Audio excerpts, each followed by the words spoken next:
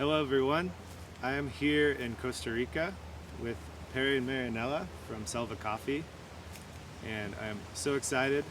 Been visiting them for the past week, tasting all of the fresh coffees, visiting the farmers that we've already worked with, meeting some new farmers. It's been an incredible time.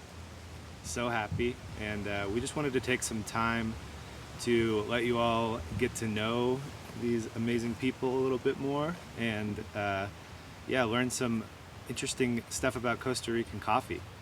So I'd love for you both to introduce yourself. Can we start with you, Marianella? Yeah, sure. Hi, everybody. I'm Marianella. I'm from Costa Rica. Like Colin said, we've been spending some time together, showing Colin and Metric what we do here in the farms. And it's been very cool to show you the coffees that we do, the farmers that we work with. And maybe I can tell you a little bit about myself. Tell us about how you arrived to this place. How'd you get into coffee? How'd you get into specialty coffee? And ready to start Selva? Yeah, so it's a long story. I'm gonna try to make it short, but basically I grew up in the coffee farms. My family has been producing coffee for generations. It started with my great-grandfather, then my grandfather, now my dad, and us, the kids. We started working in coffee. Well, myself, I started working in coffee when I was around 18 years old. But before that, of course, because I grew up in the farms, I was surrounded by this activity. I remember when we were kids, when we were young, my brother and myself went to the farms and picked cherries. It was part of our holiday vacation to, collect the cherries. And that's somehow the memory I have in how coffee started in my life, by collecting cherries when I was maybe around 10 years old. My dad used to take us there for the vacation time that it happens to be during the harvest. And it was very exciting. And then, of course, I went to high school, university. At the end of the university, my dad was kind of pushing me to learn more about the trade side of coffee. So I think that was what makes me get more interested in the coffee industry. And somehow I travel and learn about the different markets, and that's how I started working in coffee. It was kind of like my experiences started on the other side, not really so much on the coffee farms. Besides me being, in a family that was harvesting coffee. But like more professional, I would say it started on the other side of the industry, on the consumer side, which is, I think, kind of interesting when you think about it.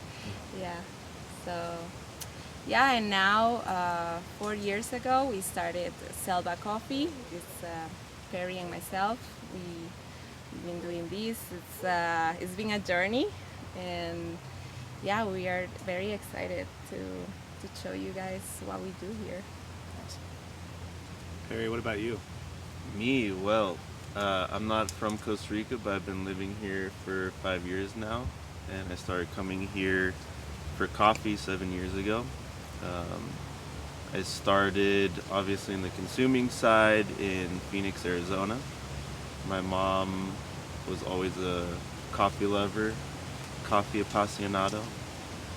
So my first memories of coffee is like drinking coffee on the way to high school and coming back home from high school, and my mom having like coffee ready for me to go, before I started my homework.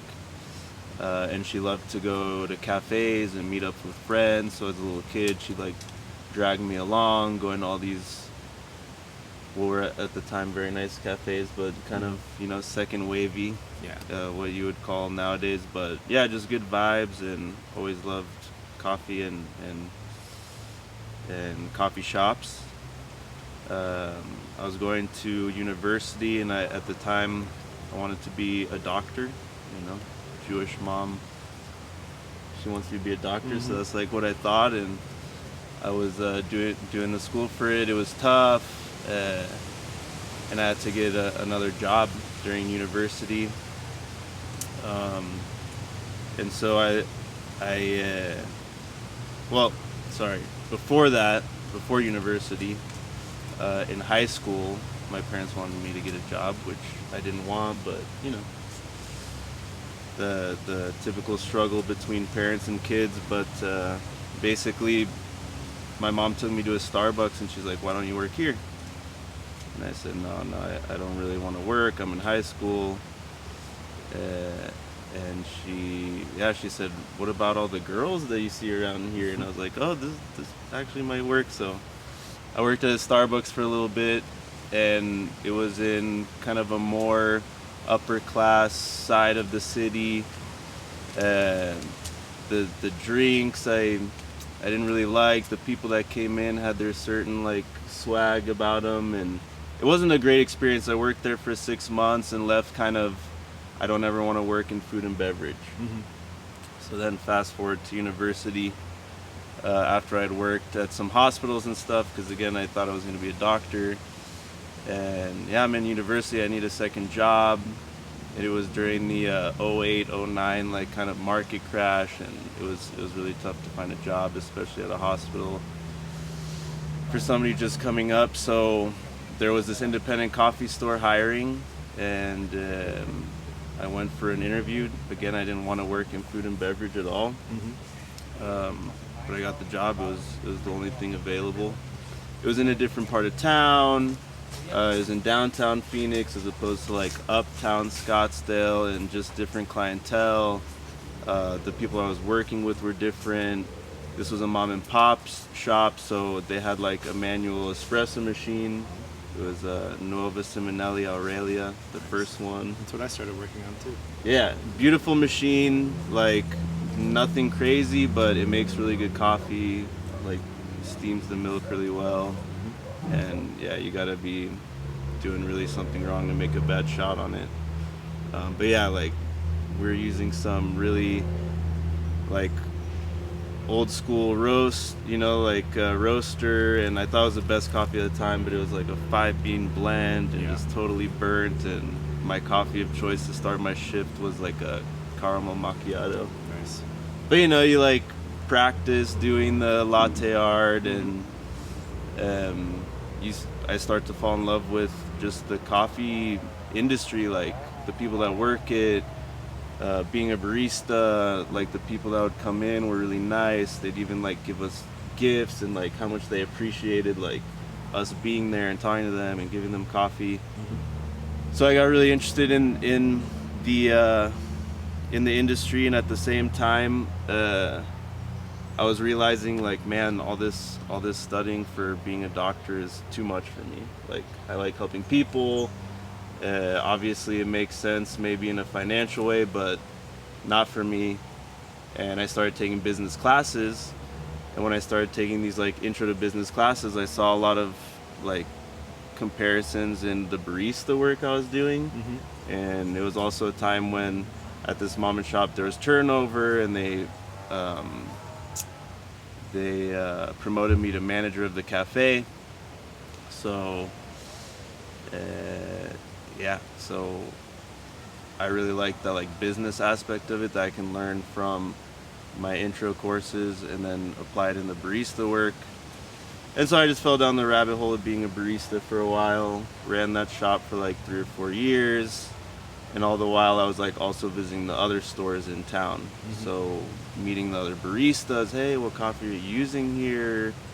What's the difference? Oh, you're on a La Marzocco linea, like can I try making a cappuccino on that?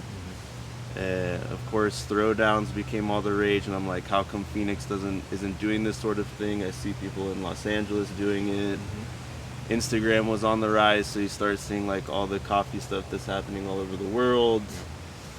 And I was just hooked. Kind of made a name for myself in Phoenix. Obviously got a lot of contacts. And I just wanted more. I wanted to roast. So I came to a point where I left the mom and pop shop, went to go work for a roastery, big roastery in Phoenix. Not the most amazing coffee, but it was a place where I could learn, like get more in depth with each different origin, some different processes, some different roast levels. sampling, cupping, and so I learned a lot there, although maybe it wasn't what I would eventually want to be doing. And at that same time, I wanted to do barista competition. I was very ambitious, barista or coffee lover. And so I was looking for a coffee to use at the Southwestern Barista, the Southwestern Regional Competition in 2014. I had a buddy that was working, that I had met in California, that was working at an importer, and I said, I need a coffee to roast and present for this barista competition. And he said, well, I don't know really anything about barista competitions, but I think what's cupping pretty good, and a coffee I can give you a lot of information about, because of course that was important for me, was like knowing where the coffee was from so I could talk about it. And so I said, yeah, just give me a bag of whatever that is. And it turned out to be a coffee from Costa Rica. And it happened, I later found out, to be produced by Nella's uncle. So I used it. The importer put me in touch with Nella and her dad, although it was her uncle's coffee, kind of some weird loophole there. And I think I was asking them so many questions on email that they almost got like annoyed about it, and they were just like, you know what, just come here. No, we didn't get annoyed. I just think it got to a point where it was just like, just come here. Yeah, no, I think my dad was just like, you know, we love to have people over, like we love to host people, and it was a time where, you know how my dad has all these dreams, Yes. and he wanted to have this touristy project, you know, where people will come and stay and learn. So I think he was very welcoming anybody that wanted to or that was interested in coffee, and we were starting back then with the micro mill, because before the micro mill we were delivering cherries to the local co-op. So I think it was more that he wanted to have people coming and learning and experiencing what we do. He saw your interest and he said, you need to come see it for yourself. Exactly. And yeah, that was crazy for me, because to me, like, visiting a farm was out of reach. You know, you would maybe see it in some coffee magazine, or I don't know, really, there wasn't a huge focus at the farm quite yet. Right. People were starting to talk about processing and things like that, but I think we've come a long way in the past kind of decade in terms of focus at origin. And so I was like, wow, this is an opportunity that I can't let go. I was kind of on my way out of the roastery, and the time just matched up that I could, you know, maybe save up and spend a month or two down here. And we can go into a bunch of details of, like, I was coming down here and I thought I was going to be living with the pickers, like, in their little shacks, and, you know, like, spreading just fertilizer and manure in the farm. I really wasn't sure what I was getting myself into, but I came down. Carlos would pick me up from the airport, and I spent 2 months with Nella's family. She wasn't here, but I was with Carlos, Lucia, Jacob, and Maria Jose for like a month and a half, 2 months. Actually working a lot in this lot right here, the Camacho lot, which is the Chamaco lot, yeah. which is very, very special to us and the family. But I was in here picking coffee, processed it 3 different ways, and smuggled it back to the U.S. with me, planning to use it for the next barista championship, or the next competition. Never did well, but the competition experience really obviously got me to a great place in coffee. Yeah, we in have my that career. in common. So I always recommend doing competition, but you know, it's to succeed. It's hard, and sometimes I feel kind of boring, because you just, to do well, you need to follow a sheet. Right. But we know coffee is more complex than that. But the experience of, you know, being a part of it is really beneficial, I think, too, even if you don't win.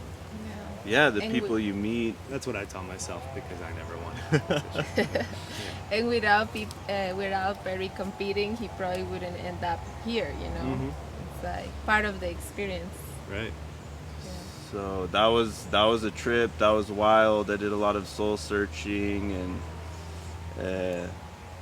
after I went back home, I shot coffee scene. I like drove across the country, just randomly popping into whatever roaster, coffee shop looked cool in the city, and really again kind of expanded my network and my knowledge of what was going on in the U.S. in particular.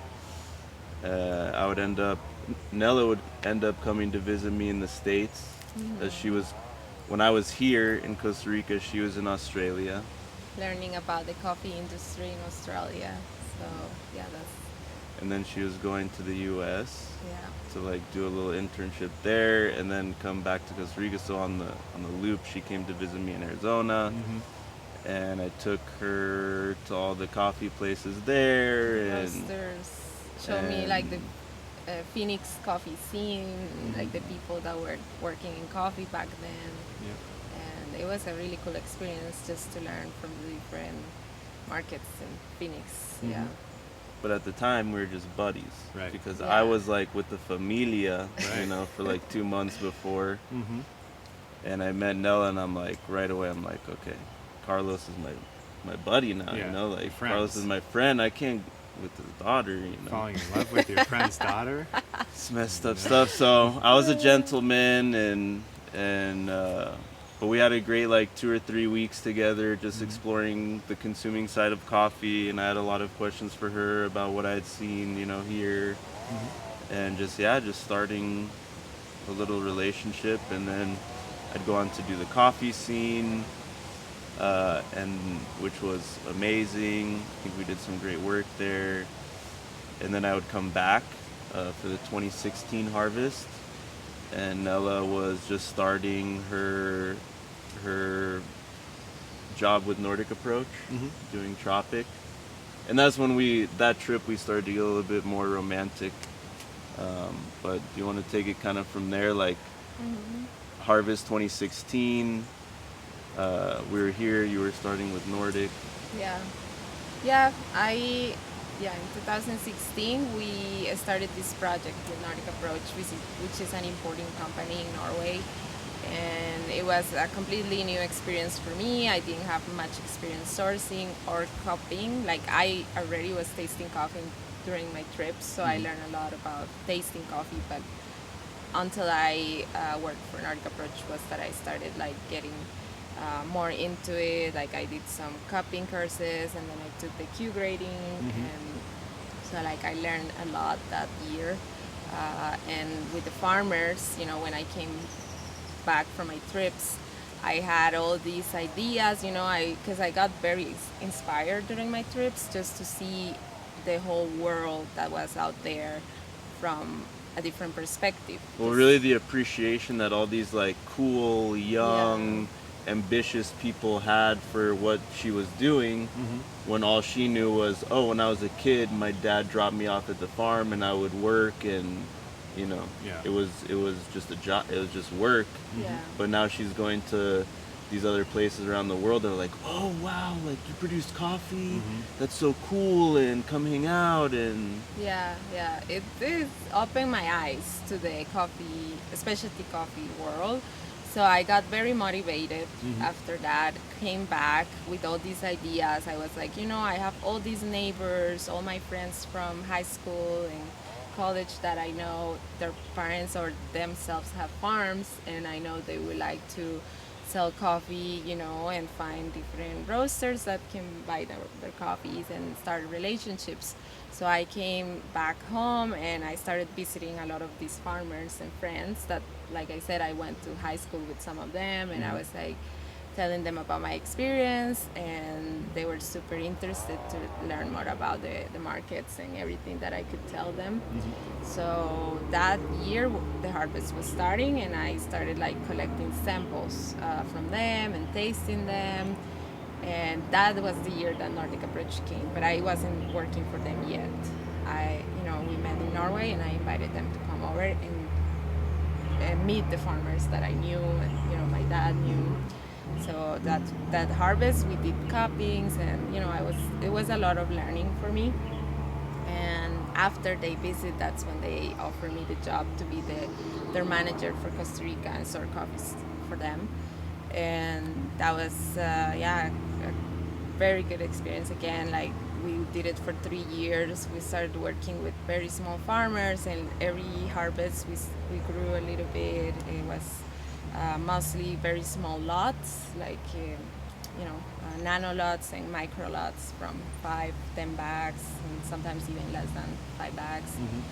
And most of the processes that we did back then were like wash, double wash, honeys, and naturals. Not so much naturals, but that was like the most crazy you could go was naturals. Like we didn't have yet the anaerobics and crazy fermentations and all that. So and yeah, then they decided to stop working in Costa Rica for different reasons. Like it wasn't working.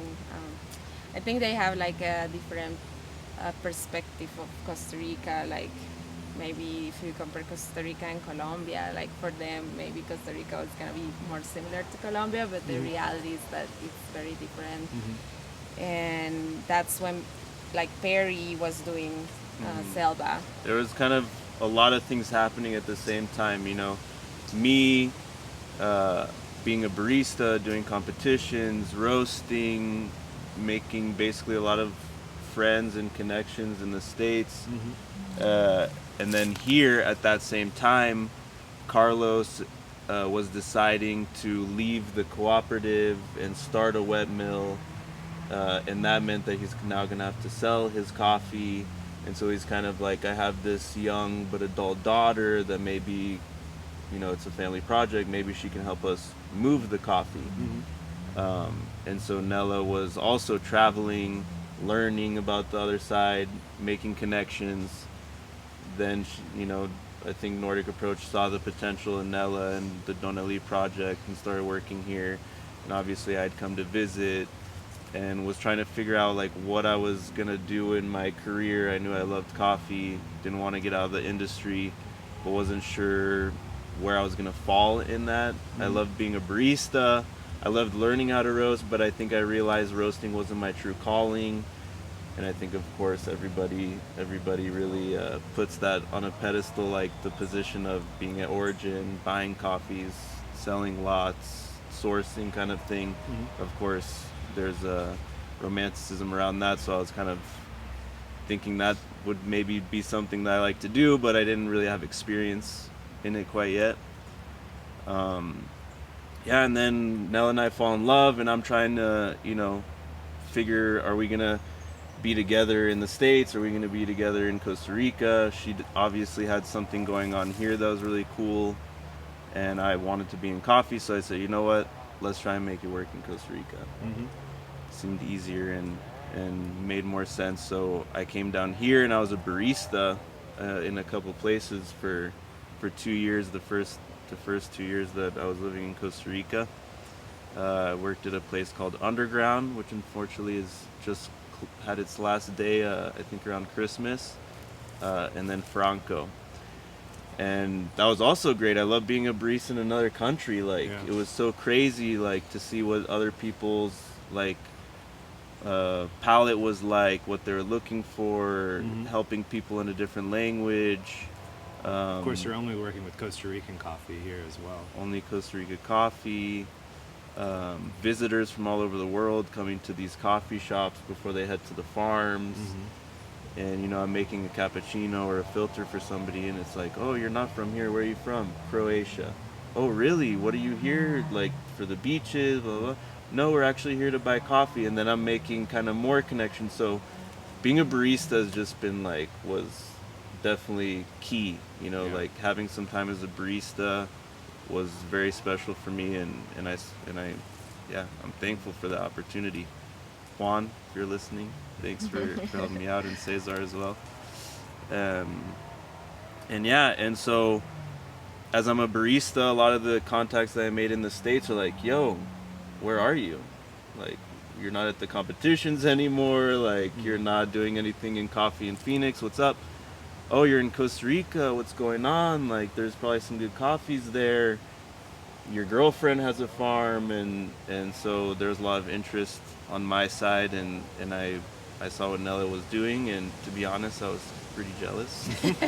Jealous of my girlfriend at the time, that she was like this badass, like exporting and knew all these awesome roasters in Europe, and I'm kind of like falling behind here just being a barista. But you know, I had to remind myself to be patient and see what's going. Anyway, I did like one little half container. I think it was 2018, harvest 2018. Thanks to my friends at Presta and Tucson and Elixir at Philadelphia, I did my first little container with those two, and so I had some experience under my belt. And the year after that is kind of when Nella's world changed as well, and so we just decided to join forces at a time when Yeah, it was a scary time for me because you know, like it's like I was there, like feeling very comfortable, very confident, and all of a sudden everything changed, like right during the harvest, pretty Yeah. much when we were starting the harvest. But Perry was very supportive. His family was very supportive. My dad was a little bit scary because that's something that I missed. Like besides working with other farmers at the beginning, of course, my family was like I was working very close with them. So my dad was scared, like you know where I'm gonna sell my coffees now, and so it was like a little bit of a crazy time for us. But I think Perry's and his family made us feel like no, you have to trust yourselves. You can do it. You know, there's a lot of roasters out there that I'm sure would like your coffees, and so we luckily we had a lot of really good relationships by Yeah. then. Yeah. It's a directly good with timing. At roasters. this point, there's just more and more, you know, a couple of years back, there's just more and more demand for, you know, small roasters looking to find a Kind of close direct. connection to the farmers. Yeah. Yeah, so it went great. I think we jumped into the water and we did it, and it was an amazing harvest. We sold all the coffee and more than we probably expected, and yeah, it was awesome. Yeah, again, kind of just like all these cards falling together at the same time. Nella doing really good work, placing her dad's coffee. Next thing you know, it's a small farming community. People are starting their own wet mills to make a little bit more money than the old system that they used to produce in. And they say, wow, this girl and her boyfriend or fiance, whatever it was at the time, they're like really helping her family, and now this other neighbor of theirs and this other person in the town, and maybe we can also work with them. And it was happening with the roasters, like, hey, what's going on with you two? And we see what's happening, and next thing you know, we're cupping, you know, 30, 40 coffees a day. Samples are like flooding our lab during harvest. People want to come visit, and so we're just blessed, very lucky. Absolutely. Very happy to be doing what we're doing. Happy to be a part of it. And I know for me, we had interest in working in Costa Rica. This is our third harvest working with you all now, and you know, it's a very similar thing that y'all started to what we look for anywhere, which is you know, I guess my perception of Costa Rica before getting connected with Selva was I knew there was plenty of exporters operating, but they're larger companies. They operate mostly focused on the entire country. You know, it's mostly in San Jose. You go to the city, and then you can taste coffees from all over. But for you, you have an office here. You have a lab in Tarrazu. All the farmers are very close. I could tell immediately when I got here that you were in, you know, sort of constant communication with all of these farmers, and you're working all over the country now, but you're still primarily focused here with these people. Your father's a farmer. They know your family. They trust you, and that's sort of the relationship we look for. So I was very excited the first year I got to meet you, and yeah, it's been really, really great coffees. So thank you. Yeah, you sort of touched on something with the transition of how a lot of the farmers have changed the way that they work.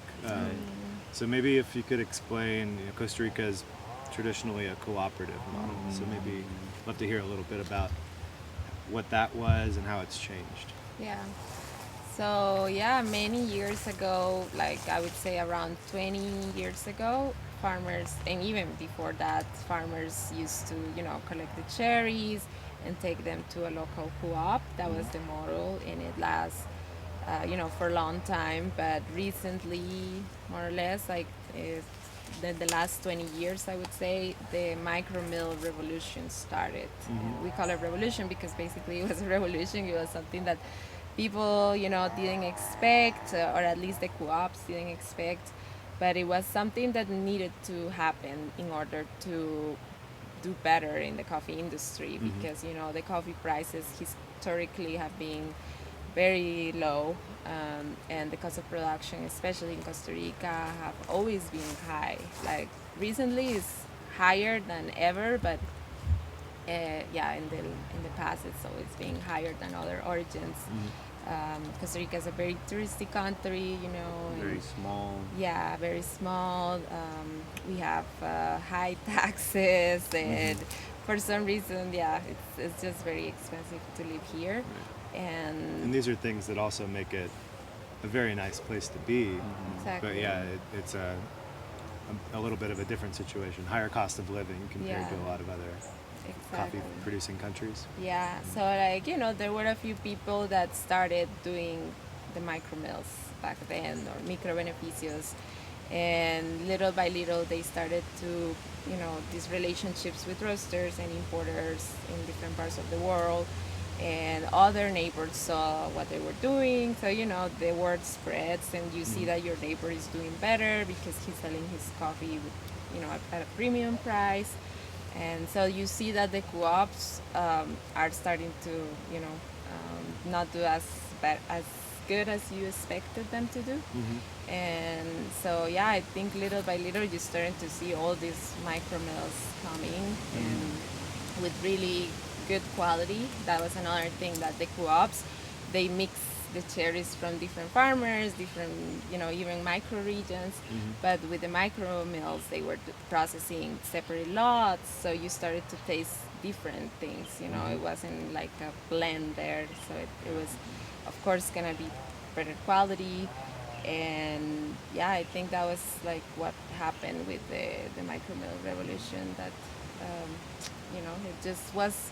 It happened because people needed to do better. Like they needed better prices for coffee, and also I think the relationships also was a big part because they knew where their coffee was going. So, like for example, if you talk to my dad nowadays, he's very proud and happy that we know where all of our coffee is going. Back then with the co-ops, you would never know where the coffee was going, no traceability, nothing. So you get an extra motivation for these things, because who is drinking your coffee, and they give you feedback, so you have some projection of where you're going and what you need to do better. And I think that was like a huge thing for farmers. Yeah, absolutely. Those of us in specialty coffee, I think most of us, as we get into coffee, we develop this really deep respect for where it comes from and for learning about all the particular environments that it's grown in. And it seems like with the cooperative model, there wasn't really any of that feeling that was getting to the farmers. It was just treated as it's just a necessary thing. Somebody has to grow it, and then that's all they see is cherries dropped off the co-op. Now I see farmers that, your family, we stay at your house, and every morning we're drinking they're drinking the coffee that, the samples of things they're harvesting, and, brewing it really well. And I'm spoiled while I'm here because I'm tasting all these, fresh and tasty coffees, and that's really not the case for everywhere. It's a very special environment. Yeah, it changed a lot. It's been a process. Like, we didn't brew our own coffee, before, and it's been in the last years that we are in this market of specialty coffee. But there is still a lot of farmers that deliver cherries to the co-op, and I always say there is. Not everybody is for the micro mills and the specialty coffee. There is all type of coffees, low quality, medium quality, and the best quality. And that's how it is. That's nature. You're not gonna have all of the coffees being amazing. Yeah. Special for a reason. Yes, exactly. And not all the farmers are to work as hard, for the micro. And every year is different. Up until this year, the harvest of 21-22, we used to think we're in specialty. The commercial coffee price doesn't affect us.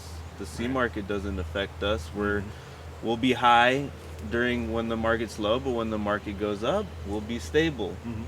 We learned that that's not the case this year. Yeah. That when the C market goes up, specialty goes up. Maybe not as much, but it'll go up a little bit. Mhm. Why? Because I feel that the wet mills, the micro mills that have been popping up in the past decade, let's say when the prices were low, that's the answer to low prices in the C market, Mhm. is to make micro lots, to process your own coffee, to add value, to take the risk, to have more traceability, more transparency, the whole 9 yards. But this year, the price of the fruit was so good Mhm. that a lot of people that used to process their coffee before were tempted just to sell the fruit and be done with it. Yeah. And so it's tricky sometimes. It's Mhm. not, we don't want to demonize the cooperatives because in the past they've done really good things. In Mhm. my opinion, they were pivotal in the development of this country. Yeah. Because if you think about all the way back in the late 1800s when the first exports were going from Costa Rica, it was like this guy from Europe that came here and said, I'm gonna take this coffee back on this sail ship. I'll see what I can do with it, and if it goes well, I'll come back, pay for it, and take more. Mhm. And how crazy! Like these people that were growing these same kinds of trees, like from seeds that came from a faraway place that ended up here in Central America, growing this stuff just on a whim. And this guy's like, yeah, give me the coffee now and we'll see. And you give this person all your work. And the miracle was that the guy took it to Europe, sold it quickly, came back a year later, Mhm. paid the people and took double. Yeah. And that's how Costa Rica kind of started.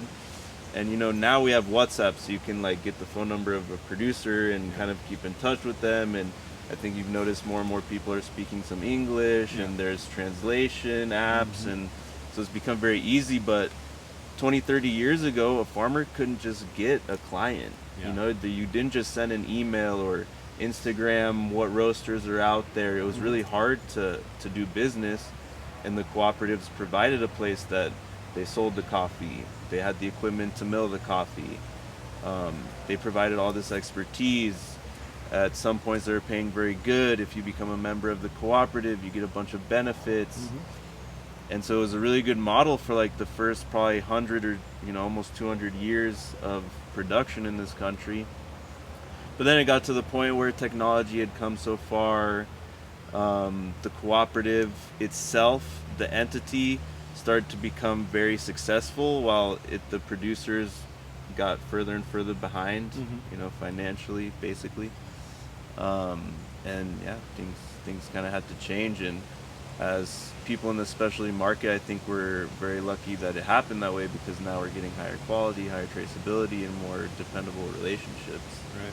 Especially the farmers, once they know where their coffee is going and that they like it, it doesn't matter who's in between, what exporter, what importer, as long as the roaster and the farmer are in a good place, they'll figure it out, Yeah. which is super important. The Mhm. relationships always is number one. Absolutely. Yeah, but I also think the people in the middle also need to be doing a good job, because course. there needs to be there is a value added to that, and I think it's very important also. So what's been going on here this year? I've seen a lot of it, but I've heard about. What have you seen, Colin? Well, what have we taught you? the yields are lower this year. Yes. You know why. I've seen. So from what I understand, there was a lot of rain last year, Exactly. right about this point, right?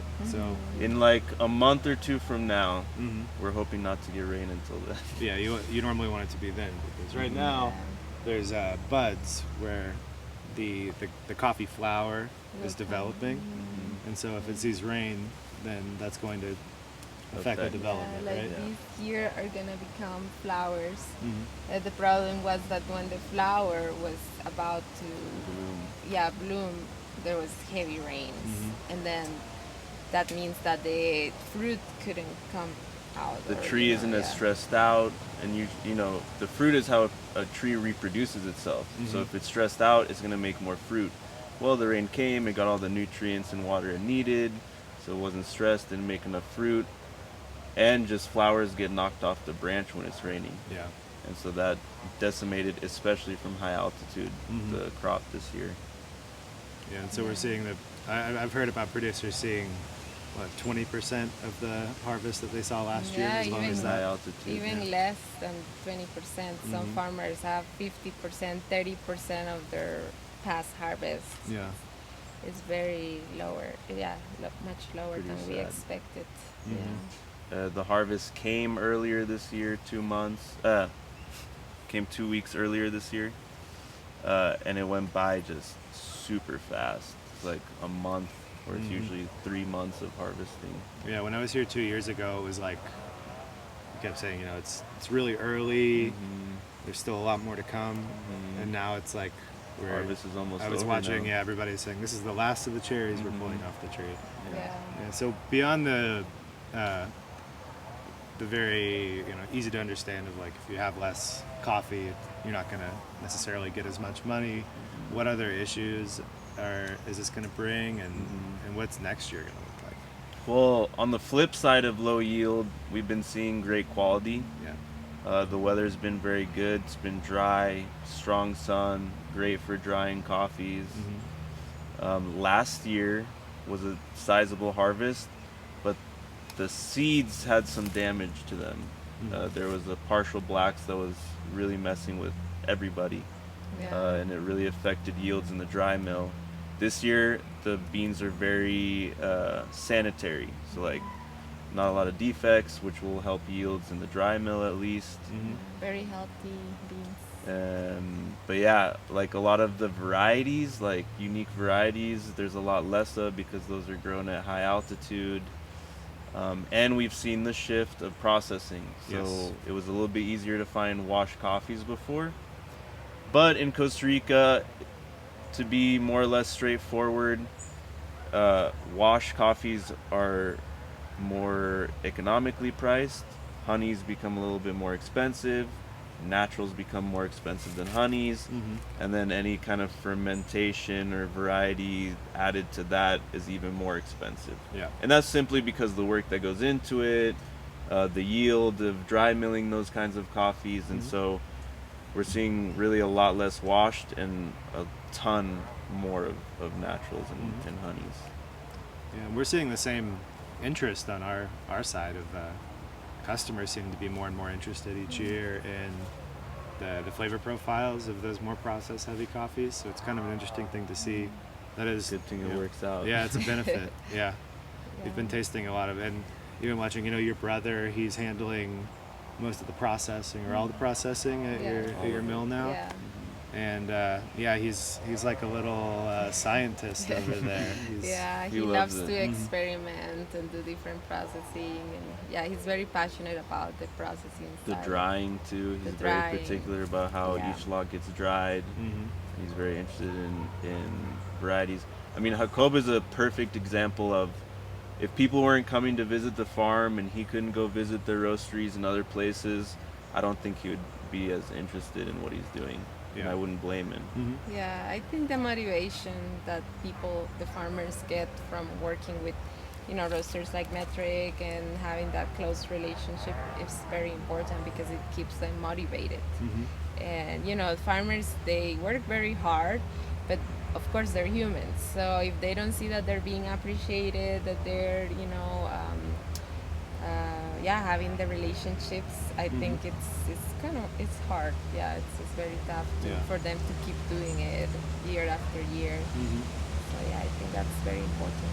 So the connection to the consumer has been really Yeah. integral to this Yeah. whole process. Yeah, and I think that's something that farmers love about Selva. When you talk to them, they're very open and honest, and they say that one of the things that they like the most about us is that we give them all the traceability. We're very transparent with where their coffees are going and giving them constant constant feedback, so that they can improve every year.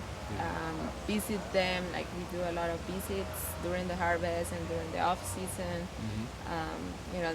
They sometimes even get like a little bit sad when we don't visit them, like they're expecting us to be there for them and learn. And I think it's very special, the relationships that we have with them, because they become like friends and family to us. Yeah. So yeah, it's very nice. Yeah, here at the end of a trip, I always feel grateful, but the feeling's even a little bit more strong now, because I did feel a lot of the farmers coming out of the pandemic, when none of us were able to travel, it feels like they're very grateful to see people again, and it's maybe a feeling of reassurance that Yeah, it was the a world hard time for continues. farmers. I know it was very difficult for people on the consuming side. Things getting closed and people being scared. Farmers were also very scared. They didn't know if there would be a market for their coffees, because everything was getting shut down in other places. It was hard for them to find labor. Costa Rica coffee production relies heavily on seasonal immigrant labor from both Panama and Nicaragua, and the borders became very strict at that time, and they had to do a lot of new things in order to have people come and work on their farm. And so it was a very difficult and scary time for farmers, and I see that relief on their face when we finally are coming back with people that have been waiting to come, and so it's a big job of ours of just going to the farmers and say, hey, call in Xavier, Darko, they're all there loving your coffee, waiting for your coffee again. And a lot of farmers don't have that. They just drop off their cherry or drop off their parchment and see you next year. Yeah. It's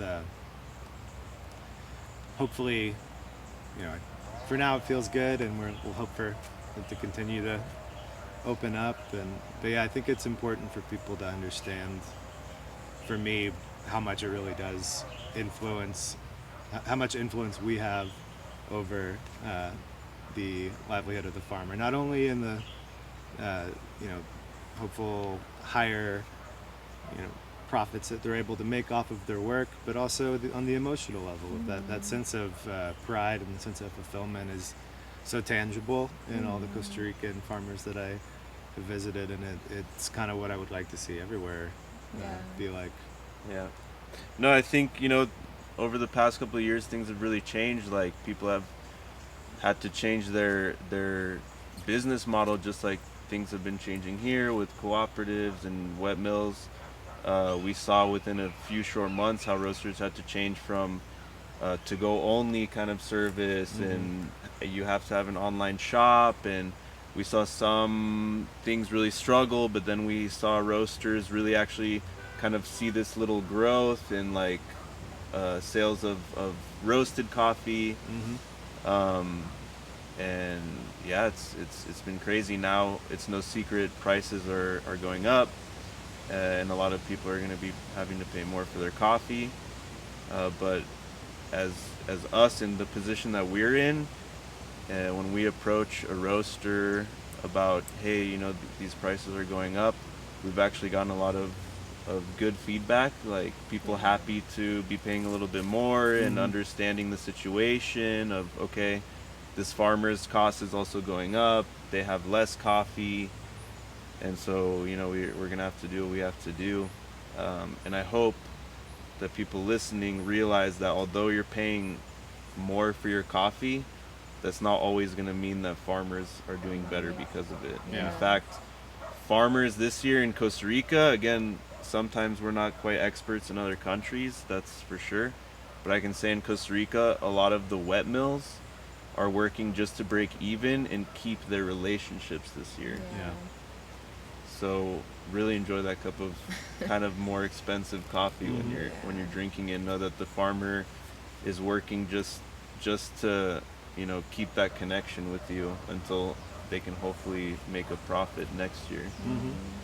Yeah, I think they see it for the long term. They don't see this as only one harvest, so they like to keep that relationship even in the harder times, in the toughest times, because they know that they're there's gonna be better harvest, better times. But this time, they need to keep those clients. So they're You very. know, imagine if we said someone like Juanra just doesn't have coffee for metric this year. You guys would be devastated, right? Don't say that again. Yeah. Yeah, well, I know that we're in it for the long haul, and I think everybody that we get to share the coffee with, people love Costa Rican coffee. It's great work. They're always welcome to come down and check it out for themselves. Watch out. It's very it's a little too easy to get here. So No, and I really think without you guys, without the roasters, this wouldn't be possible because like we couldn't have started Selva in a year like this. Yeah, it's really because of the solid relationships that we have, people that we reached out to in October, November, or even before, saying, hey, next year's not looking very good. We recommend committing, and people are like, oh yeah, are you kidding me? Of course, like, we want that same coffee, let's do it. Yeah. And so we're, again, just really lucky. Yeah. And putting in the work to make sure, you have to, what you put into a relationship is also what you'll get from it. Right. Yeah. And so I think we've been talking a lot on your trip about trust, and how that's like a number one thing for you when working with exporters. You guys got your job, you're dealing with tons of things, running your business, and you need someone trustworthy down here that's gonna put the right coffee on that container, gonna make sure nothing's wrong with that coffee before it leaves, and that everything's groovy. Yeah, so that's why we're here. Well, thank you so much. Thank you. Yeah, it was awesome to have you guys visiting us in Costa Rica, and the time that we spent together. I know it's been pretty busy and crazy time, but I think we managed to do a lot. And done a lot. Yeah. So it's really cool to show you guys and have you here with us. Can't wait to continue to share it with people and be back next year for more. Oh yeah. Now you gotta catch your bus to San Jose. Yes, it's on the way. All right. Well, yeah, thank you so much. Look forward to coffees from Costa Rica later this summer, maybe in the fall. As soon as it gets in, we'll be roasting it for you. Thanks, everyone. Enjoy! Pura vida.